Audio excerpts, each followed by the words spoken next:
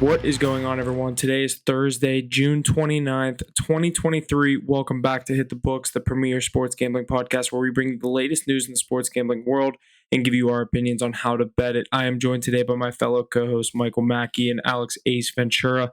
No Jesse this week as he is now in England for work, fresh off a vacation from the Bahamas. Now he's overseas in London, England.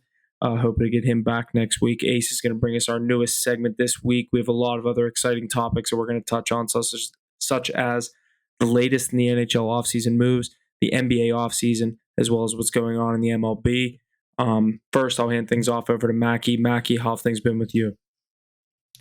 Yeah, can't complain. Still in the dog days of sports, getting through the MLB, but we're getting used to it. We're getting in the full swing of things in the MLB. We had a little tough stretch there, but we're definitely have a grasp on this thing. So other than that, not much more going on. We had the NHL draft tonight. Other sports or the NBA draft last week, and just getting ready for these seasons to come up.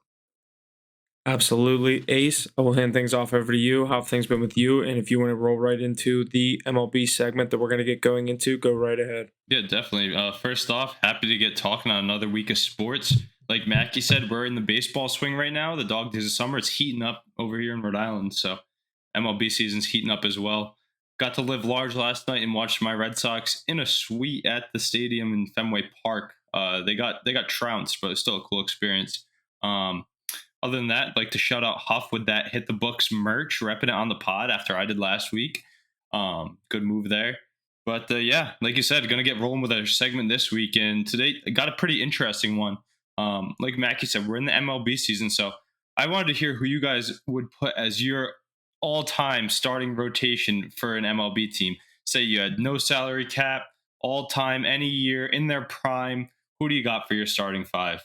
I'll shoot it to Mackey first. He's got the Braves hat on, so he seems more ready to go. Yeah, I'll rip this first. No Braves in this, even though definitely there was a few of them that definitely could have got in this. I'm not even gonna say honorable mentions because there's so many that you can put in this list. But I'll rattle these off real quick. Number 5, I got Clayton Kershaw. Early 2000s era, that guy was absolutely unstoppable. I think he's got 3 Cy Youngs. One of the best pitchers of all time, no doubt. Number 4, I'm gonna go Roy Halladay. I think he's got multiple perfect games, if I'm not wrong. Definitely a few no hitters. Definitely at least one perfect game. R.I.P. But he was definitely one of the best pitchers from what I grew up on watching baseball. Number 3, I'm gonna go Jacob deGrom. Maybe a little bias here, but this guy at his prime is arguably the best pitcher of all time. Obviously, he has his injury problems and the longevity isn't there, but I think a 2, 3, 4 year span there, he was definitely doing things that no other pitcher in the MLB has ever done. Number 2, I'm gonna go Nolan Ryan, just because I gotta throw an old head in here. Just I feel like he definitely deserves it as well. I didn't really watch. Obviously, I wasn't able to watch him as much, but his accolades are there, and just another pitcher that dominated the game. Number 1, I'm gonna go Randy Johnson. I think he won 4 straight Cy Youngs in the early 2000s. Got a few World Series as well under his belt. Obviously known for that throw that he had that hit the bird. That was obviously something that we've never seen before. It's pretty electric. But that's my top 5. Obviously, there's a few people I left off. I'd like to say John Smoltz, Scherzer, Verlander. Absolute elite pitchers, but you can only have 5, right? Yeah, no, I like that list, Absolutely. Mackey. But I like that list. Yeah, the DeGrom pick though, I don't know about that one. Put him 3 in the rotation as well. That's crazy. Listen. I said bias, but you can't say I'm wrong. Those few years there, he's definitely doing things that I don't think anybody has ever done. Yeah, if you could get him at full health, I mean, it's not a bad grab. See, also, like, when I was making my list, I also kind of forgot the thing that you said, kind of go 5-1. And the order it's in, I kind of could go 5-1, Ace, if you want me to just go right here. You cool with that? Yeah, jump in. So, all right, I'm going to go. I do have Verlander at 5. I'm going to go Kershaw at 4. A lot of old heads rounding out my top 3. Mackey, Randy Johnson at 3. Roy Halladay, RIP, number 2. And then Ace, your guy, Pedro Martinez, I'm going to go number 1. Yeah, my boy Pedro, dude. I mean, you're gonna see him on my list too. I grew up with his glove. I had the red one as for a long time as a pitcher, as a youngin, and then I went to the blue one when he went to the Mets. I mean, just iconic. I absolutely love Pedro Martinez, one of my favorite players of all time. Also, someone that I just remember being on the Mets when I was growing up, and really liking them in like '06 when they made like a playoff run. It was pretty cool. But that's who I really remember from that team. I like the Honorable contemporary mention love. when I was younger. I loved CC Sabathia with the Yankees, but he's not going to be on this list for me. You can't. The attitude was Great. was the best, and the facial expressions. But I like how you guys both showed some contemporary love there. I'll rep. All right, Ace, let's I'll hear rip it. into mine. I came up with this question, so this one was pretty tough for me. A lot of honorable mentions. Mackey's right. I had Kershaw in my honorable mention ballot. Guys like Sandy Koufax, but couldn't come around to put them on.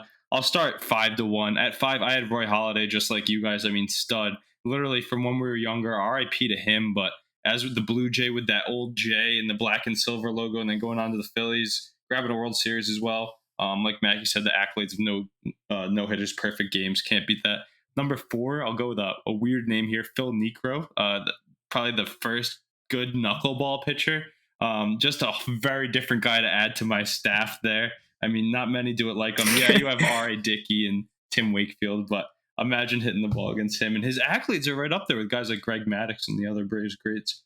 Coming in at number 3, I have Nolan Ryan, like Mackey. Guy was doing what people are doing today way before it was even a thing. So one of the best players of all time. Number 2, I got Randy Johnson. Same reason. I remember him on the Diamondbacks in 03 with Kurt Schilling, just like mowing people down, throwing gas, left-handed as well. Needed to get a lefty on my staff. And at number 1, I went with Pedro Martinez as well. Guy's just a stud. From his iconic quotes, tipping over the guy on the old guy in the Yankees, Grady Little, I think it was, and then saying, "Who's your daddy?" And then the next year coming back and winning from the 04 reverse sweep. I mean, one of my favorite players of all time. Now he's a great announcer as well. Yeah, I had to get my Pedro number 1 off because I knew he was going to be your number 1. I definitely feel like I snubbed Pedro now that you guys both put him at Yeah, I didn't put one, Nolan but- Ryan in mine. That was the one I forgot. Yeah, I mean, obviously you're gonna miss guys. You can't be perfect in this. You can put 20 guys. in I the wanted to top have five. I wanted to have 2 and 3 being old and new. You know Old what I and mean? new, yeah.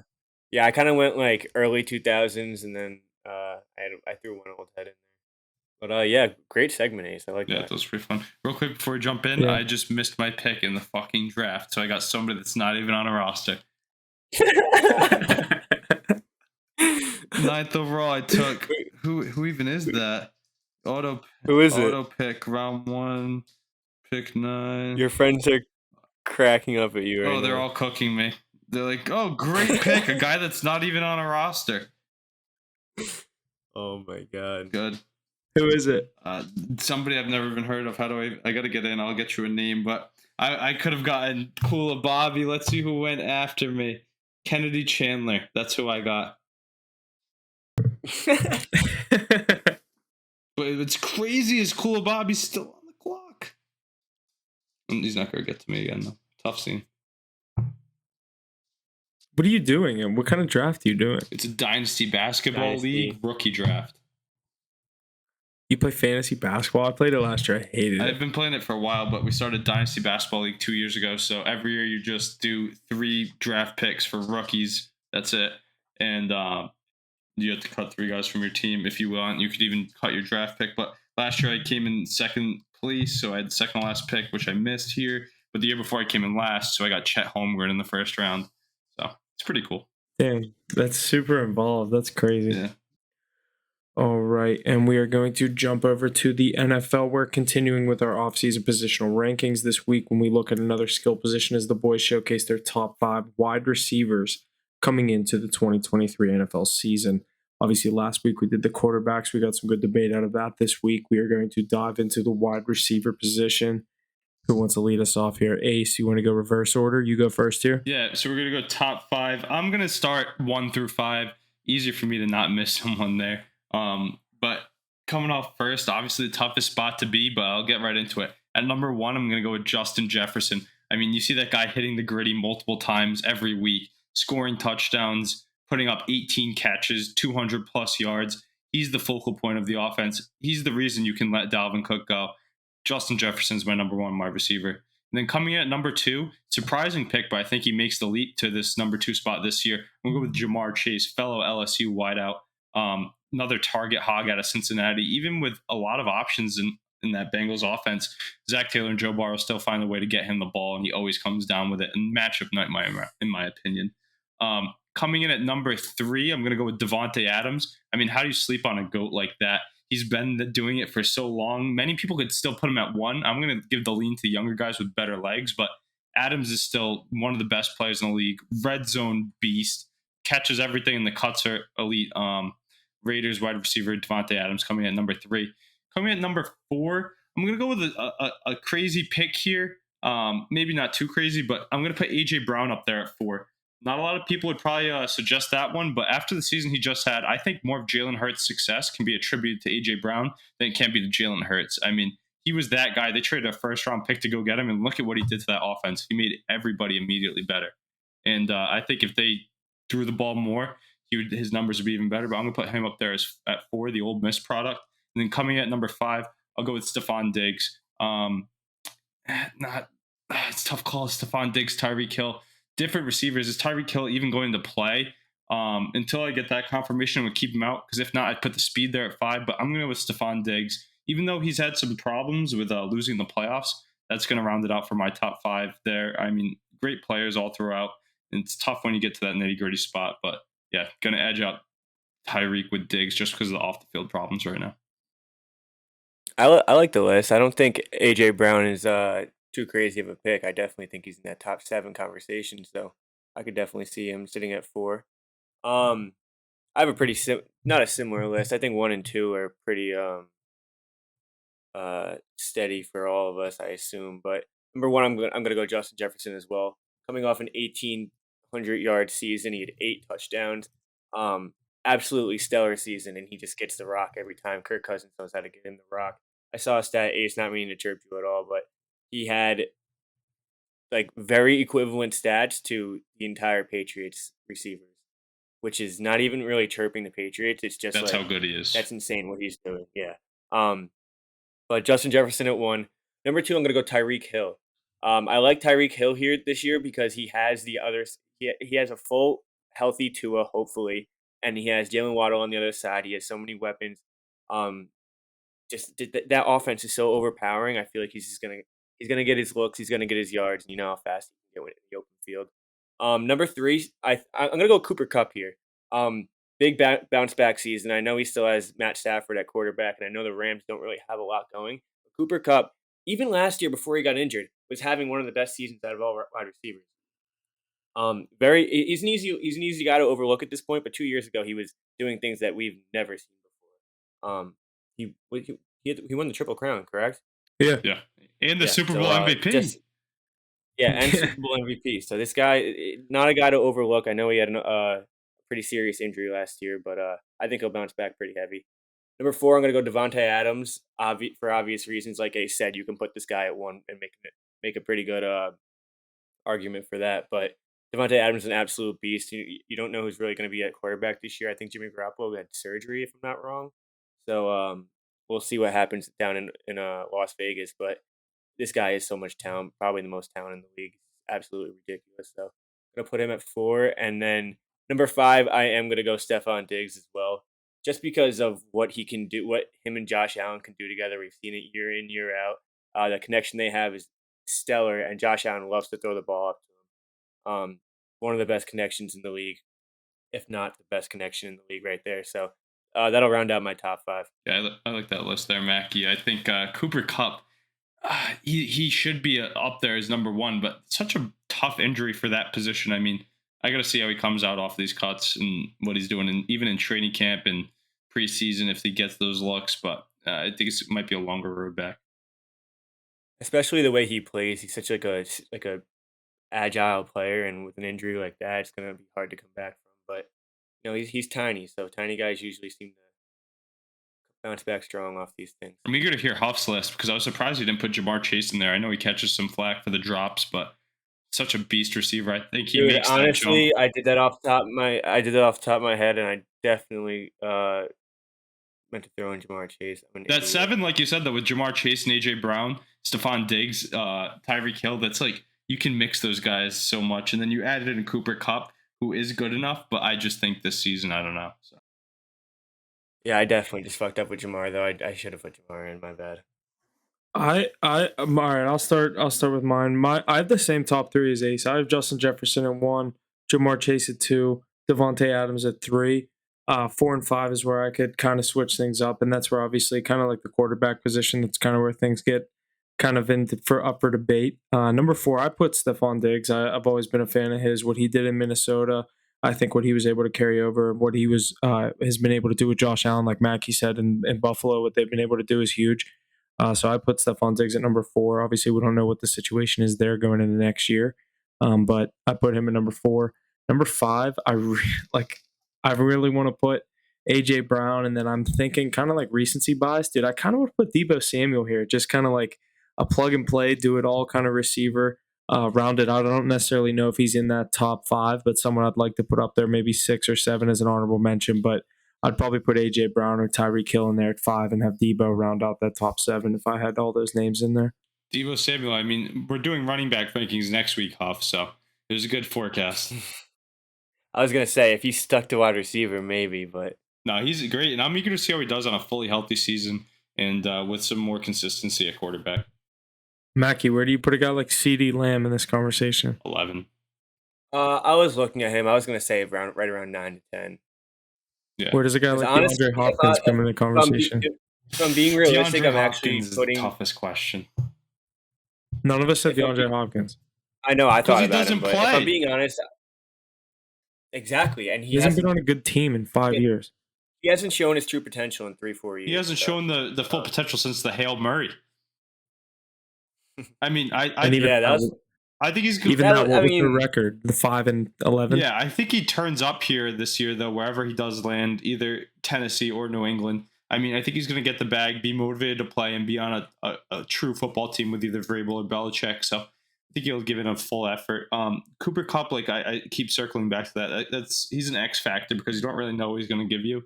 But there's some other names too. I'm eager to see the jump Jamar Chase takes. I guess having him at 2, from your guys' point of view, is a bit high early on right now, but I think his potential is 1-2 with Jay Jettis and the LSU boys. I have him there. I think he's 2. That connection he has with Joe Burrows.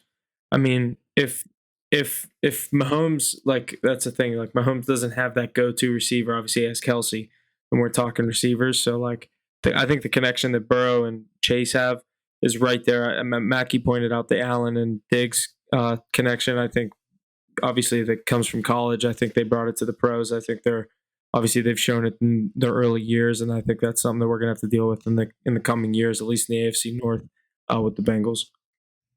I would realistically put Jamar Chase at 2. I just completely forgot about him. So if I was to do my list again, I'd just do Jamar at 2 and then move everyone back 1.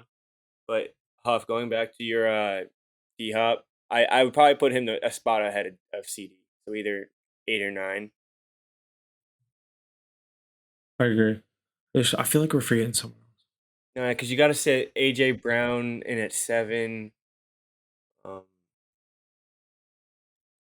Yeah, I feel like we are forgetting someone. I don't know. I mean, then you get into that second tier where you're talking like T. Higgins, Jalen Waddle. I mean, even like T. Higgins, Terry McLaurin's definitely way above him. DK Metcalf, some of these rookies coming into the league. There's Keenan Allen, you can even still talk about. Yeah, if he's Mike Evans, if he's on the field. Mike Evans, great receiver. There's a lot of good names. That's that's like everybody's favorite position to watch. But Amon-Ra St. Brown. I was gonna say him. I thought it was a little early for him. It is definitely a little early for him, but he's coming off a pretty stellar season. Yeah, I'd agree there. And Detroit's on the up and up. Guys like Drake London, Chris Olave had great rookie campaigns. Someone that is pretty funny. I mean, you go back 5 years, maybe even 3 years. You'd have Michael Thomas on everybody's list, and look at how far he's fallen. It's crazy. I wouldn't even put him in my top 30 right now. I don't even know if he's going to be on the field. Another guy that doesn't like to play, but we'll see. I mean, he could be another X factor for someone like the Saints this season, the weakest division in the league. He plays. Can't really always a big F with him. Yeah. But all right, let's shift over to the NBA, where we are fully into the NBA offseason, having moves left and right. We had the NBA draft last week. Obviously, we saw Victor Wembanyama go number one. That was kind of the consensus. We've known that for a couple of weeks. But to see some of these picks come to fruition and where these teams had guys land, did any of you guys have any that stood out to you? Ace, how do you feel about your Celtics addressing their issues in the draft? Who was their selection? Obviously, picking pretty late, but I was going to say, I think their biggest move of the draft was really changing out. They got that second round pick back in the deal with Porzingis and Marcus Smart. They turned that into 4 more seconds. I mean, that was probably the biggest win of the draft, in my opinion, for the Celtics. Just turning more and more out of that trade. So making it look like a win and getting more assets down the line. Honestly, in my opinion, for another trade, I mean, like I said, they need to do more than Porzingis this offseason. Now you have a bunch of future seconds that you can add into a deal. And we saw someone like Bradley Beal go for something similar. So I like what they're doing over there. Got to get over that hump. Yeah. Mackey, what about you? What about your New York Knicks? How are we feeling going into the next year? Pretty sure the Knicks didn't draft in this draft. I was going to say, did they not even? I didn't even think they had a pick. Did they make any other moves coming in at the draft? I don't think so. I'm not the biggest Knicks fan, so it's not like I'm on top of that shit. But yeah, see, this is the part of the NBA season where I kind of unplugged from the NBA because obviously not having a team, I kind of just watch all the big headlines. But we'll get into some of these other big ones if you guys are ready to just move on from that. Yeah, I don't really need to talk about the Knicks. All right, and the Warriors acquire Chris Paul from the Washington Wizards in exchange for Jordan Poole. Obviously, we knew Chris Paul was kind of written on the wall that he wasn't going to play a game for the Washington Wizards. He gets moved out to Golden State to be Steph Curry's backup. What do you guys think about this move for Golden State? In my opinion, the money doesn't make sense. I mean, you're picking up $30 million a year to give to Chris Paul. That money can definitely go elsewhere. But I mean, I don't really like Chris Paul actually, but I think he can get the job done on a team like this. I mean, he doesn't have to be the guy. He's had to be somebody pretty important in Houston and in OKC and in Phoenix. My bad. He's had to have a pretty big role. Sorry, I was drawing a blank, but he's had to have a pretty big role for his past 3 teams. You know, coming off the bench here, so I don't know. It'll be interesting to see how he does. Yeah, I like that move definitely. I mean, it's the Golden State Warriors. We know they're going to be in the hunt either way. They need to make a shift with all the moves going around out west and the super team that is the Denver Nuggets. I mean, I like bringing in Chris Paul. Jordan Poole, I guess they're trading it in for the win now method. I don't blame them, but he should be a part of a nice rebuild in Washington.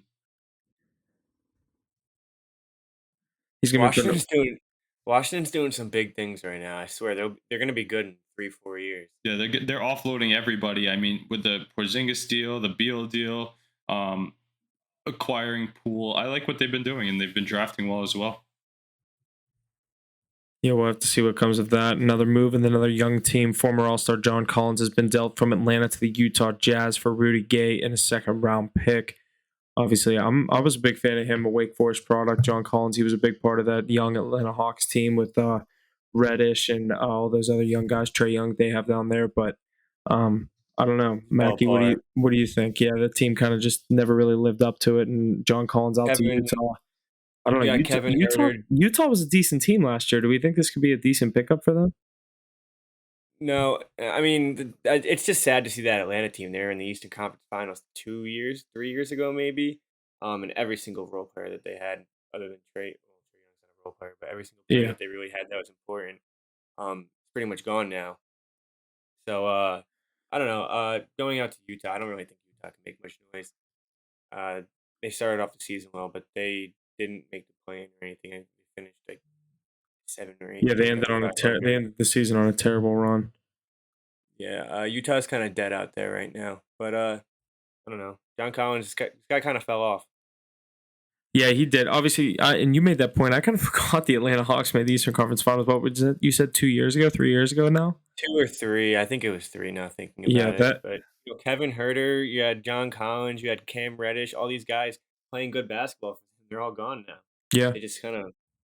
Yeah, I thought that was weird too, Mackey. I thought they had something good going there, and it kind of just blew up pretty quickly. I feel like they thought like they knew it was a fluke run, to be honest. But they were consistently in the playoffs for like 3 years, and the East gets pretty weak when it gets down to those lower seed playoff seeds. Oh yeah, definitely.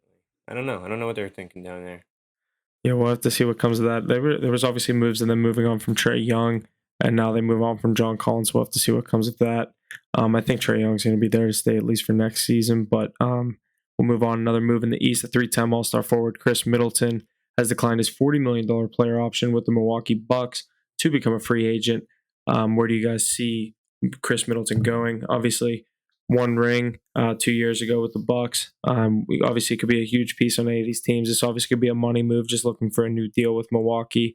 What do you guys think? Where do we see Chris Middleton going? I definitely think it's what you just said. I think it's more of a money move for Milwaukee, and they need to get him at a better price. I don't see him leaving that team as long as Giannis is there too. I mean, they need their Robin to the Batman, so I think he stays put, and that team sets its eyes on another championship run. Yeah, I think for good reason. I think he's a key piece to that stellar offense that they have. They have all the pieces there in Milwaukee. We've seen them win a championship already. With Giannis, you can pretty much do anything. But dude, if he gets dealt, whoever gets him is getting a good fucking player. I'll tell you that. I love Chris Middleton. I've always loved Chris Middleton. Pretty overlooked too. So He was injured really, most of last year, so hopefully coming into this year healthy, go see what he can do.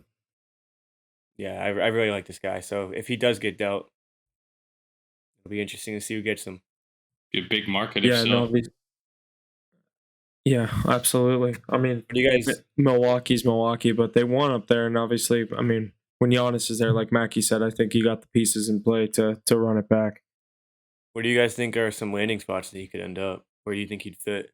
He'd fit anywhere. I mean, especially today's NBA, the size and the outside shot. Bring him to Boston. I know they can't afford him, but that'd be a great ad. Someone like the Heat would definitely be a player in that race, I think, as well. As they're searching for a guy like Beal that they missed out on. So I think everybody be involved, but definitely one of these teams that's just missing out on winning a championship could add him.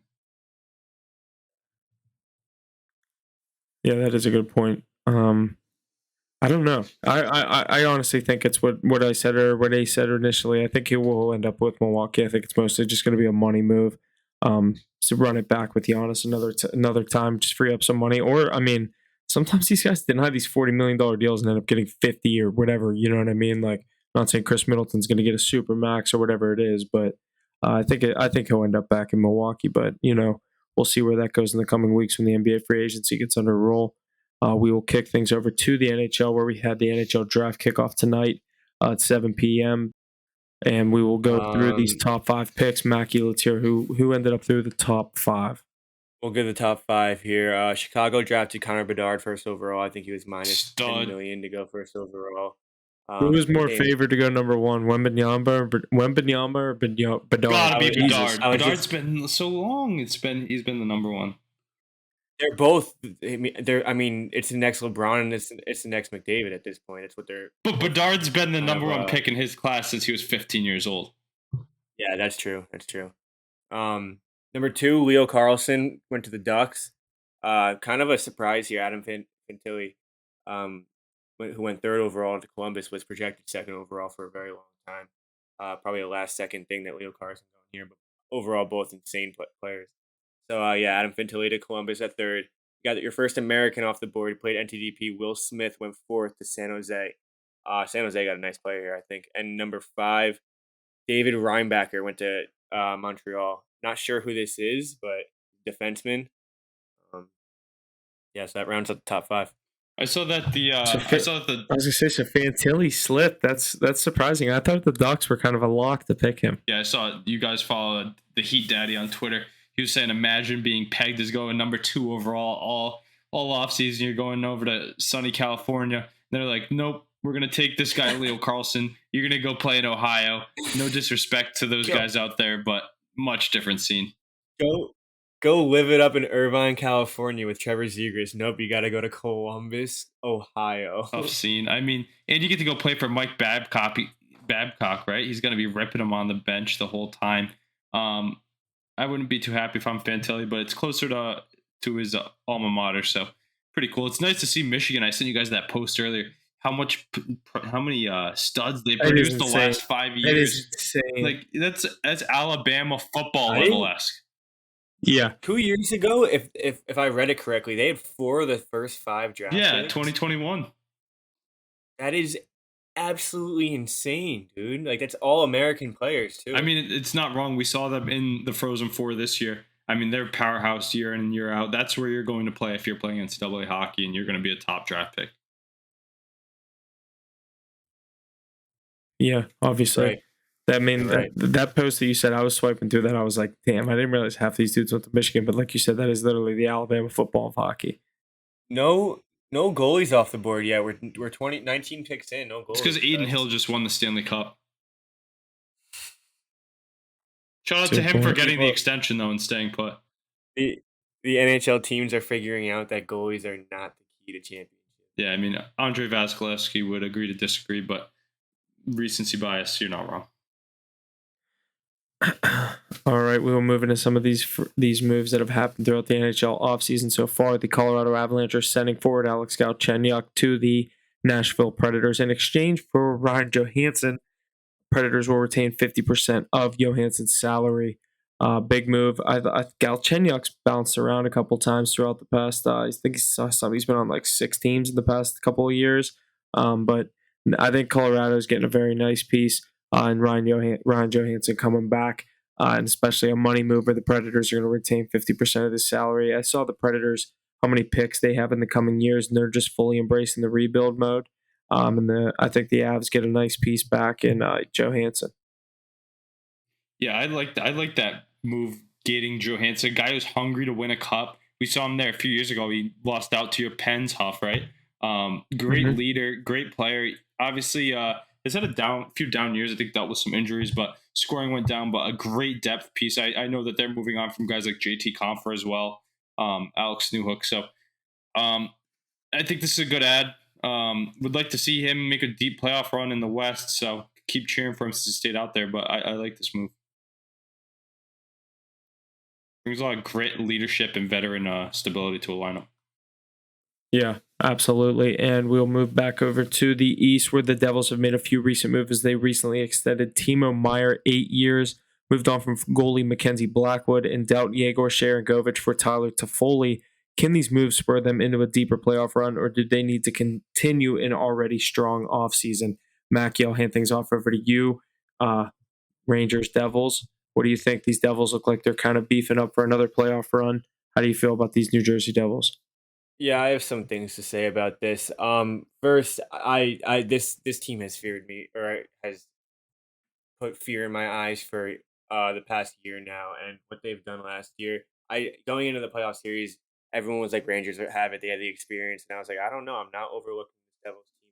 They're good, and they're better. Like they're good now.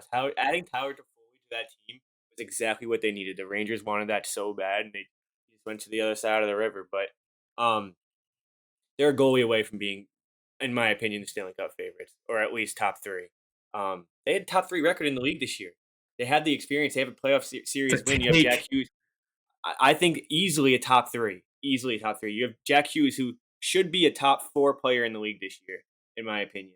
You have the depth now. You have defensemen. You need if you add Connor Hellebuyck to this team, definitely a top 3 contender, in my opinion. One thing I do want to say about Timo Meier is that I think he was overpaid, but he is a good piece to this offense. Yeah, that's a good take, that last one there.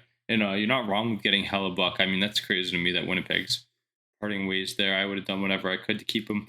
But, yeah, I mean, unless you must have blocked it out of your memory, do you not remember Akira Schmid? I mean, he was lights out in that playoff run.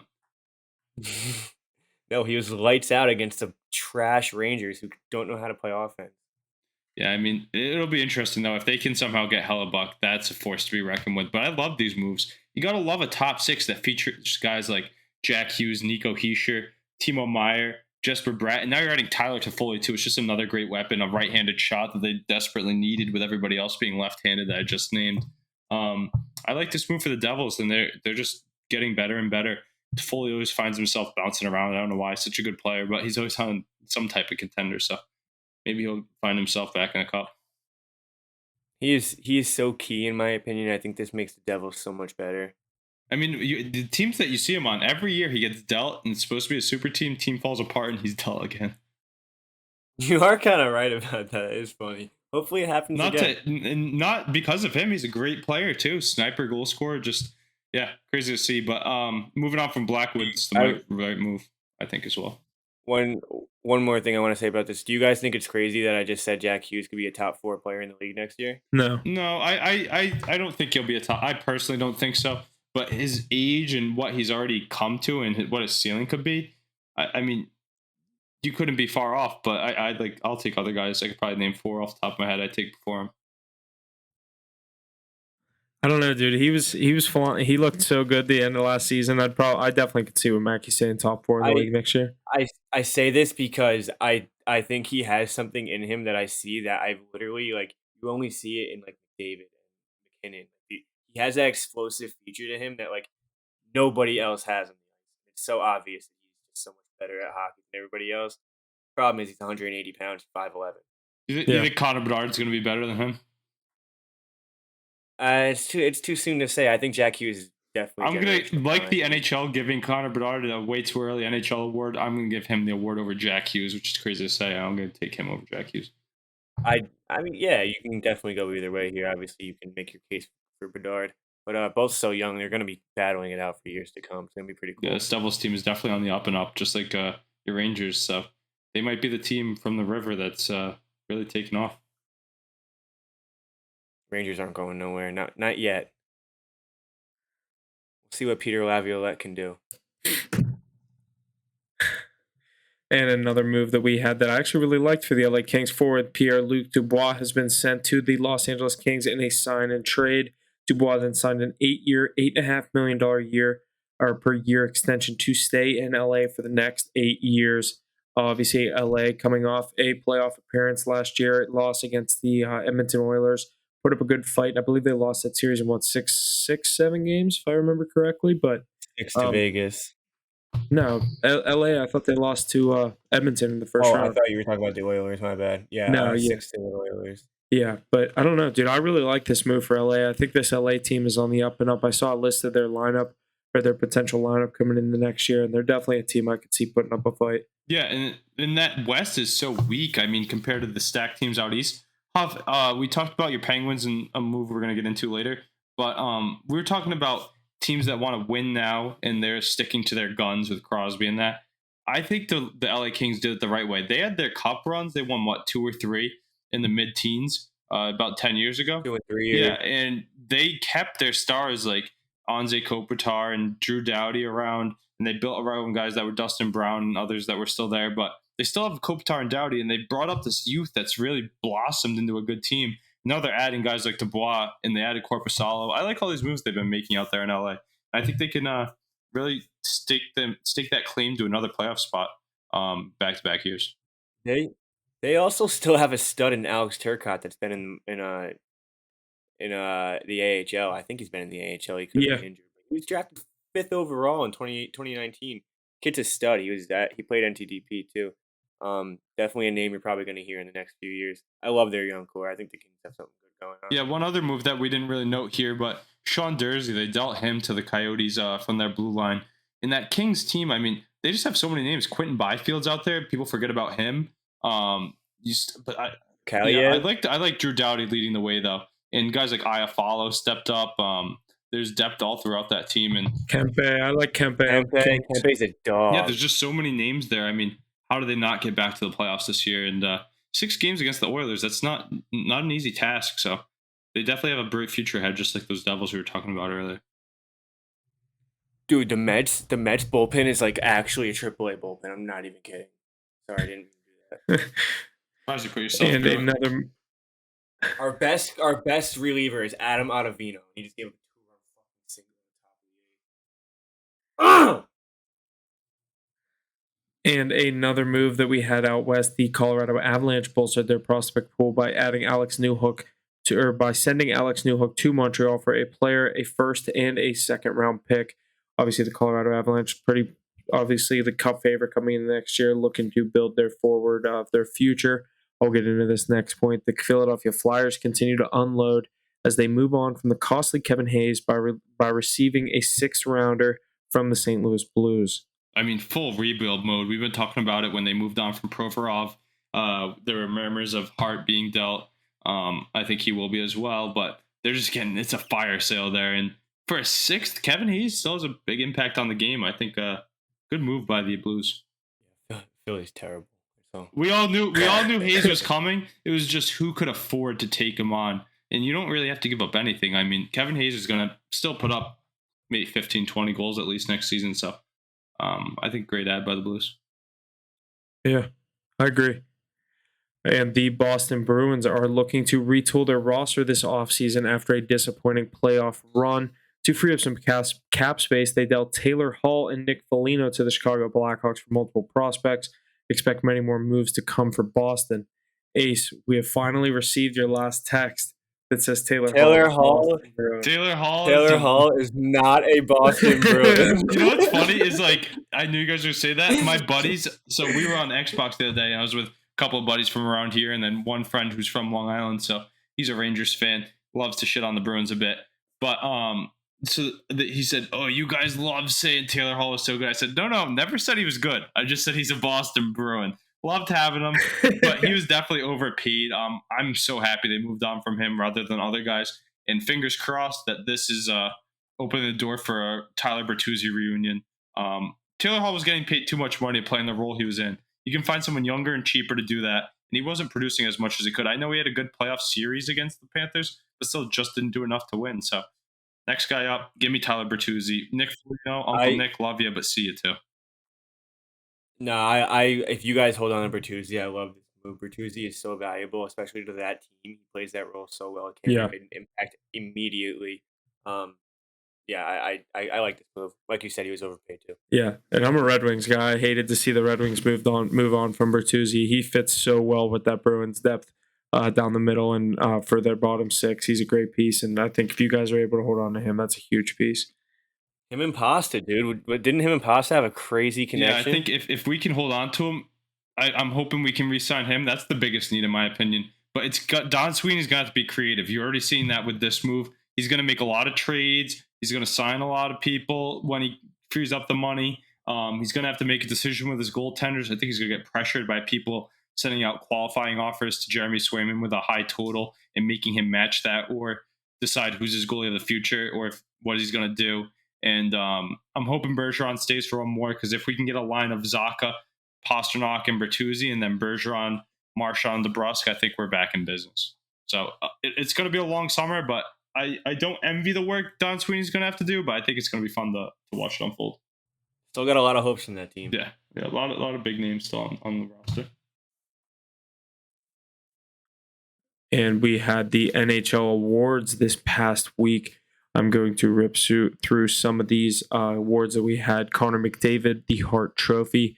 Matty Beniers, the Calder Trophy. Erik Karlsson won the Norris. Linus Ullmark won the Vezina. Jim Montgomery, Jack Adams, and Patrice Bergeron took home his sixth Selke of his career. Ace, I know you. Excuse me. I know you had a bunch of futures on these. I know it looks like from these results, I think I remember you hitting on Ullmark, Beniers, and McDavid. So nice to see some of those come through. I don't remember what any of the odds were that you had on them, but place those feels like a good while back. Yeah, those are. You had plus on them all, didn't except you? for McDavid. McDavid was like the heavy favorite midway through the season. This was in early January. I placed these, and McDavid was still the heavy favorite. I think minus 275, but had to smack that on a career year for McJesus. And then Ullmark and Beniers were at plus, and they were well on their way, in my opinion. I mean, I felt like we were talking about both of them all year long, taking home those awards, and that's exactly what they did. So, love to see it. Jimmy. Yeah, I think you got Ullmark with a 15-0-3 record at plus money. Yeah, that's crazy. I was like, I have to throw on it. And Beniers, I mean, that was my pick coming into the year. I had him in fantasy hockey, been following him his whole time. I kind of thought the Kraken would play a bit better, centered around him, first line center. And he really stepped up to the occasion, led his team to the playoffs. So led the point scoring as well. I mean, great to see it earned. And then shout out my boy Jimmy Mont for taking home the Coach of the Year award. You guys think Erik Karlsson deserved that? Yeah. He had a great year, dude. It's hard to say He he was did. minus No, Mackey, 26, and he here's won the this. Norris. 15 years ago, no. In today's NHL, yes. Also, Fox led in like every single important stat. It was pretty incredible. But I mean, he did have an incredible season. He had a 100-point season as a defenseman in his 18th year. I'm not gonna take that away from him, but I think you probably could have gave it to two other guys. It was like a one last thing for him.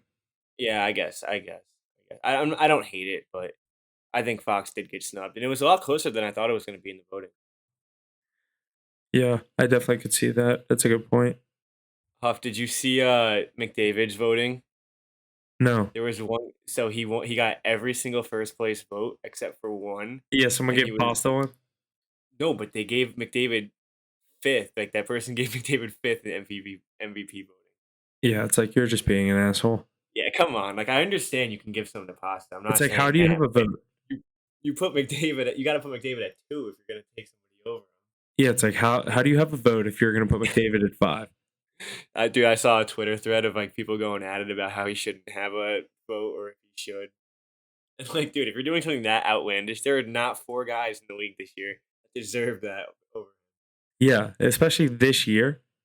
One of them was like Ilya Sorokin. I think you had Ilya Sorokin at like 3. It was ridiculous. He's like, yeah, dude, I'm taking Sorokin over McDavid going in the next year. More valuable.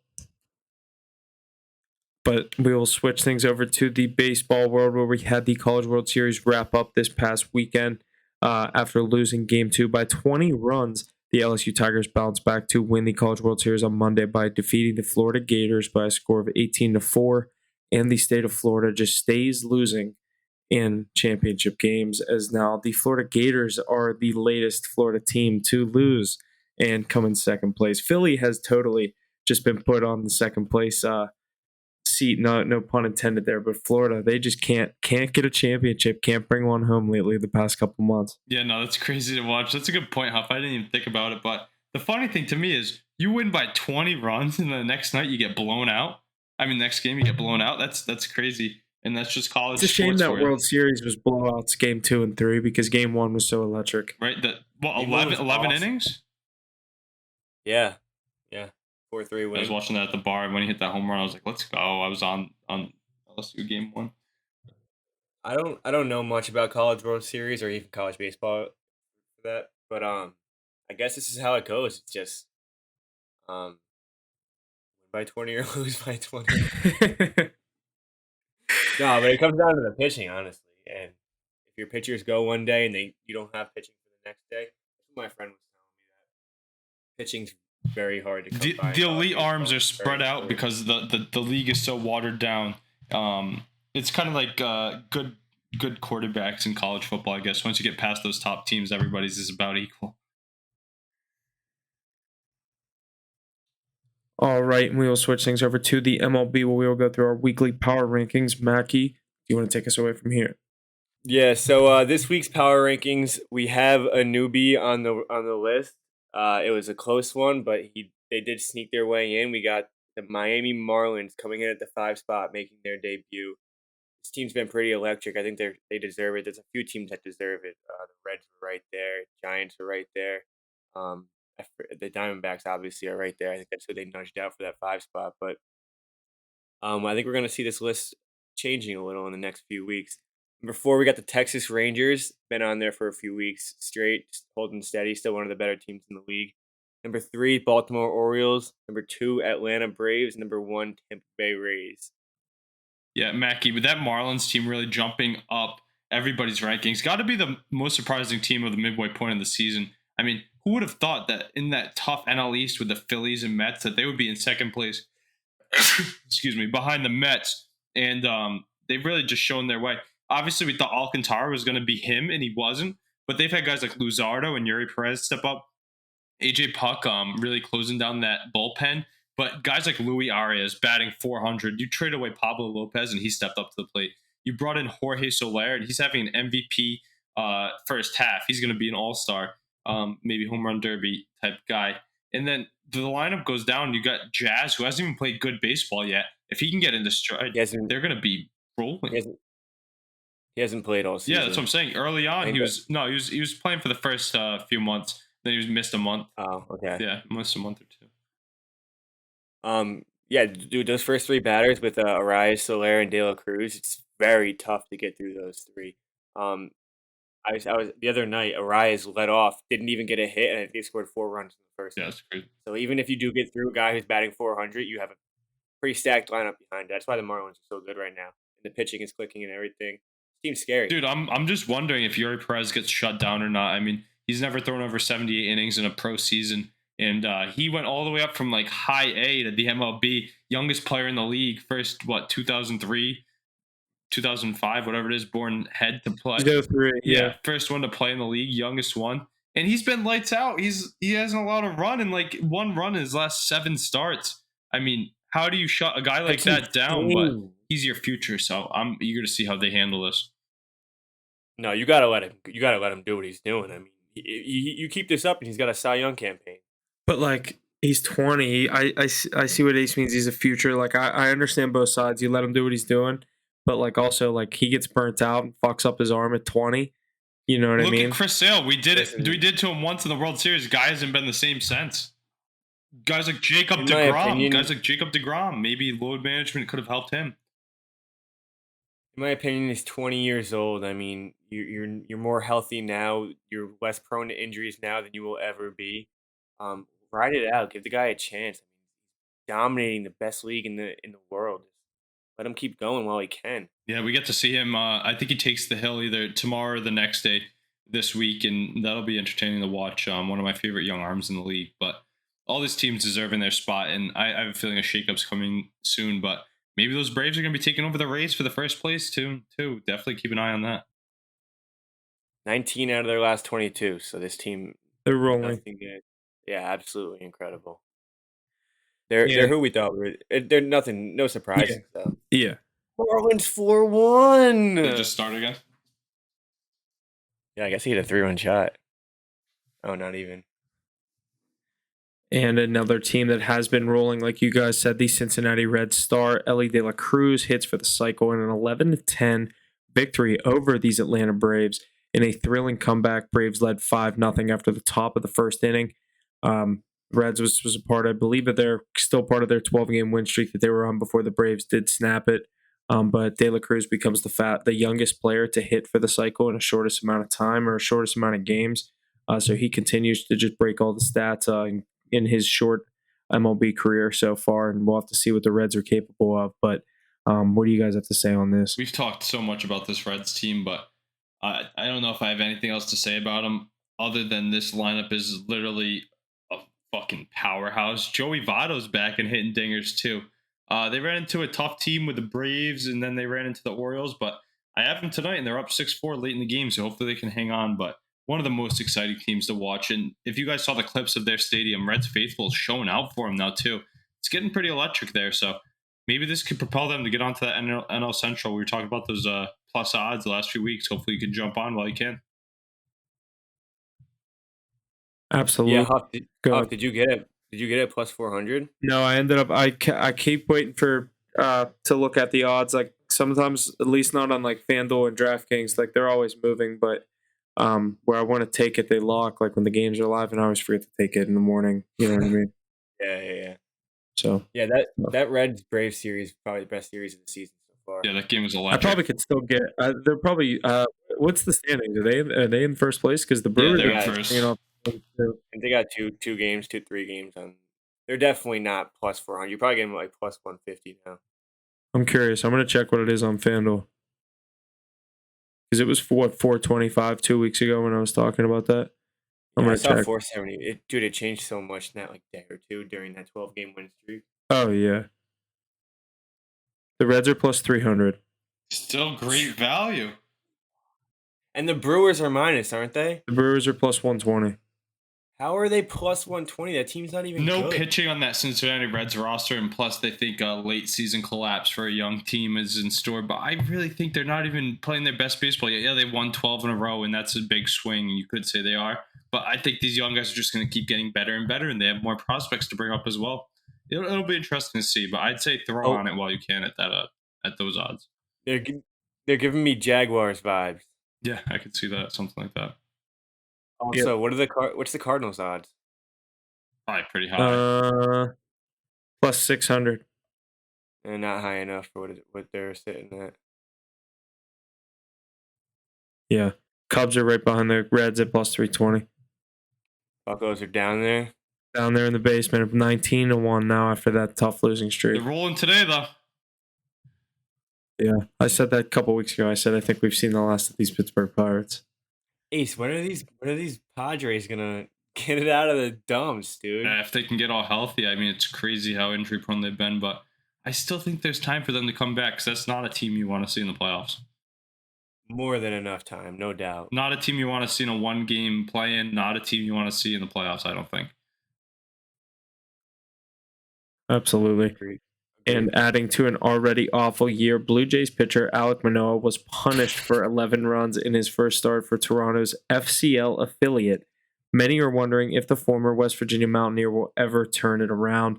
I saw this, what was it, 10 hits or 12 hits in the first inning, something insane.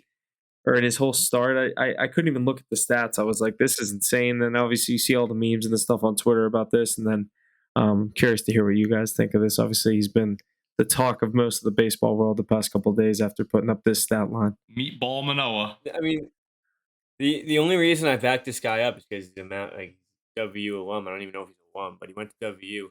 But you're clowning yourself ever since you called out Garrett Cole. Garrett Cole has been absolutely stellar, and you're getting lit up for 11 runs in 1.2 innings in Double-A baseball. What did he say? Might even Wasn't his call it a quote, the only pressure I know is in tires, but there's a lot of pressure on you right now. But I did read one thing that may have added to his failures this season. I think the pitch clock is really screwing with him, so he's gonna have to figure out a way to maneuver around that. Big guy. I think he had like the highest time in between pitches last year or something. So it definitely has something to do with that. I don't think it's coming this year. I don't think it's coming bad. this year, but he's still so young. I think he'll eventually get back to it, but might need a change of scenery from Toronto. Absolutely, and we'll touch on a couple of guys that have been on absolute fire these past couple of weeks. Currently, Shohei Ohtani, Luis Arias, Ronald Acuna Jr. are playing the best baseball in the season's first half. Meanwhile, a guy that we mentioned, Ellie De La Cruz, Yuri Perez, and Corbin Carroll have led the way for the Rooks this season. Keep an eye on those guys in the coming weeks. Absolutely, and as we look ahead for the MLB All-Star rosters to be announced, tune in next week when we disclose who the starters will be for both the American and National League. Other than that, do you guys have anything else you want to say on the MLB? Yeah, we'll definitely get those all-star rosters out to you guys next week. I know they're in that final phase now where you have to pick the starters, but let it be known that both Shohei Ohtani at the DH position in the AL and Ronald Acuna Jr. at the outfield spot in the NL have already clinched their starting role with their vote leading in their respective league. So we'll definitely get that for you. I'm eager to see these starters, and then I'm happy to watch that best talent in the world on display. They actually announced the Futures game as well too, so that's actually pretty fun to watch. Absolutely. Yeah, Acuna and Ohtani, two faces of the league of the MLB at this point. Ohtani is absolutely ridiculous. What he's You see doing. what he did last 3 night? for 3 the other night. 3 for 3 the other night. 2 home runs. I think it was 2 solo shots. 7 innings pitched, was it, with like 10 Ks or whatever? Only 1 earned. How do you do that? It's unreal. He's on pace for In 50 plus game. home runs and like 250 plus Ks. His win share was 0.4 on the offensive side and 0.4 on the defensive side. It's almost a full win. It's like never been seen before. The market just keeps getting bigger and bigger, and the price tag for Shohei Ohtani just keeps going up and up. He's gonna get 600. He might get $700 million. I mean, he deserves it for how often he plays and how often he pitches. But question: how long do you think he can keep this up? It's definitely it's right there with like Lamar Jackson scrambling. It's the same exact type of You thing. think? You can't do this forever. Yeah, 100%. There's no way. No, he can hit the baseball like that. He's 28, dude. Yeah, it's the MLB. Yeah, but it's the stamina. You're not gonna have you don't have the athleticism that you did. Paul Goldschmidt just won the NL batting title last year at what, age The 35? DH first baseman. He's not throwing 7 innings every fifth Yeah, day. but yeah, that's what I'm saying. The pitching, you might have some legitimacy behind that, but I don't think he'll lose his talent with the bat. No, I'm not saying that. I'm saying being a dual threat as good as he is. How long do you think he can do it? At least till he's age 33 season, 32. You think there's 6 more years of this? 5. I'd say he's got 2 more years. Did you guys ever read the plan he had and that he's already followed I'd to a say T? 4. Mackey, realistically, Mackey, I'd say 3 to 4. I think once he gets his $700 million contract, he's definitely gonna chill out on training. They're gonna load manage him a lot more. Yeah, I mean, he's gonna be a completely different player. It's tough to compare him to anything we've seen though, because we've never seen a player of Asian heritage really be this premier and a dual threat like this. I don't know. He's very into his craft. What does it being Asian have to do? Because it does. It's different. I knew Mackey was looking at that. It's different. I was expecting you to say like we haven't seen a dual athlete like this come out with Asian heritage. No, I think that's important to note. I think that keys into his success. You don't? I guess, yeah. No, actually, I don't. How? I do. What comes into play? There's like his dedication to his craft and the way he goes about it. Did you guys ever read the plan he had of modernizing Japanese baseball? No. Okay, so there it is. That's why you're saying it because of his plan about modernizing. You didn't read that? He's followed it to a T. Go find it. By every age, he had a goal for what he was going to achieve. Oh yeah, when he won the World Baseball Classic this year. He's on cue with everything. That's actually awesome. I didn't know that. I'll have to look into that. But yeah, as soon as you said that, Mackey looked, he turned his head. He was like, "What the fuck does that have anything to do with it?" Just because he said it, he was like, "We've never seen anything like this." I thought it was going to be like this dual athlete. He's like the Asian heritage. Yeah, when's there ever been an Asian-born player as the face of the league? The closest you could say is Ichiro Suzuki. He wasn't the face of the league. No. Yeah, you're right. No, you're definitely right. You're definitely right. It just caught me off guard. I'm not getting racially motivated, Mackey. Don't worry. There's facts behind my wording. No, yeah, I think that's a good point to end it. Are we all good there? Yeah, definitely. All right, I think that's going to do it for us this week on Hit the Books. Make sure you're staying tuned for all of our daily MLB plays going into every night. Whenever we find the value, post it on Twitter and Instagram. That's going to do it for us this week. We will see you guys next week. Make sure to leave a like, follow, subscribe wherever you're listening. Leave a rating, review, whatever you got to do. It goes a long way. So we appreciate it, and we'll see you guys next week. Thanks for listening.